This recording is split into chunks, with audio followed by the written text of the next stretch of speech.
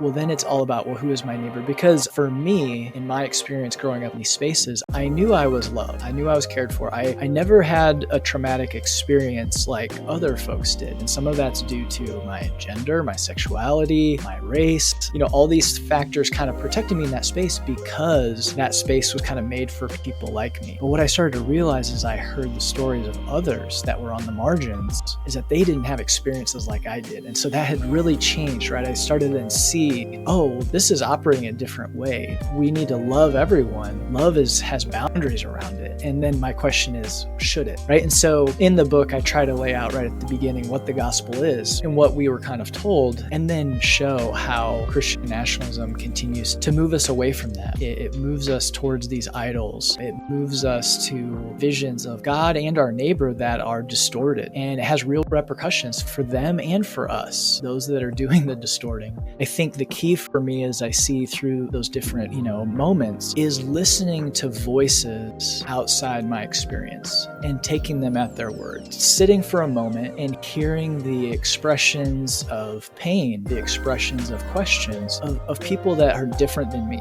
whether it is by gender, race, religion, whatever, just listening to those voices and thinking through their experiences. I think that has been key for me to learn, grow, develop, and try to think about, well, then what does it mean to be a neighbor, right? And what have I been given? What doors have been opened for me that have been shut for others? And to think through the implications and then what it, requires of me as well.